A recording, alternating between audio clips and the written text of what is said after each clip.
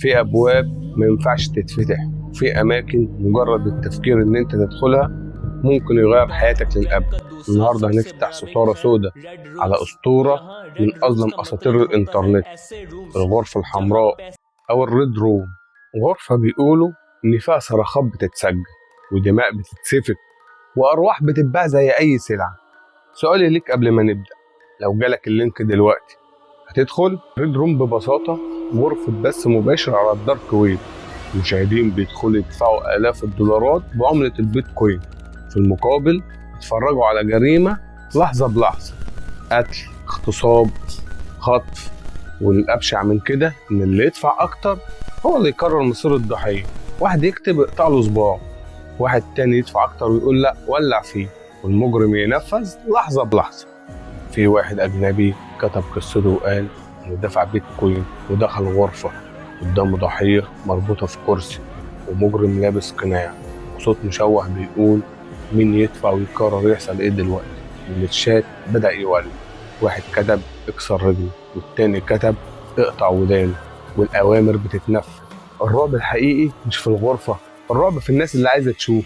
تخيل ناس تدفع فلوس مش عشان تتفرج على فيلم رعب، لا عشان تشوف إنسان حقيقي بيتعذب.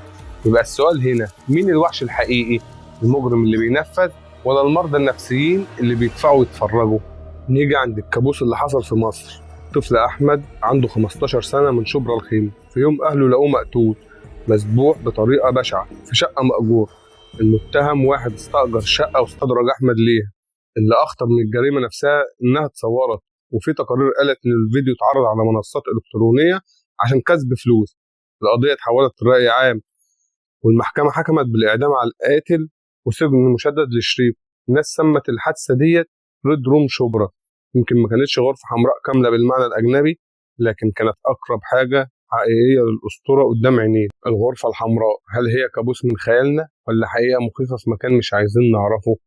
محدش عنده جواب، لكن اللي متأكدين منه إن في أبواب لو فتحتها عمرك ما هتقفلها تاني. لو جالك اللينك يوما ما هتدخل ولا هتطفي الكمبيوتر وتسيب الغموض وراك؟ وعشان كده لو في يوم من الأيام جالك إشعار غريب أو لينك مجهول أو شاشة سوداء فتحت لوحدها، اسمع نصيحتي واقفل الجهاز فورا، لأن يمكن المرة دي تكون أنت الضيف اللي مستنيه في الغرفة الحمراء. لو أول مرة تشوفني، أنا باسم عيسى، بقدم محتوى رعب وقصص ومعلومات. دوس لايك واشترك في القناة وفعل زر الجرس عشان يوصلك كل جديد. سلام.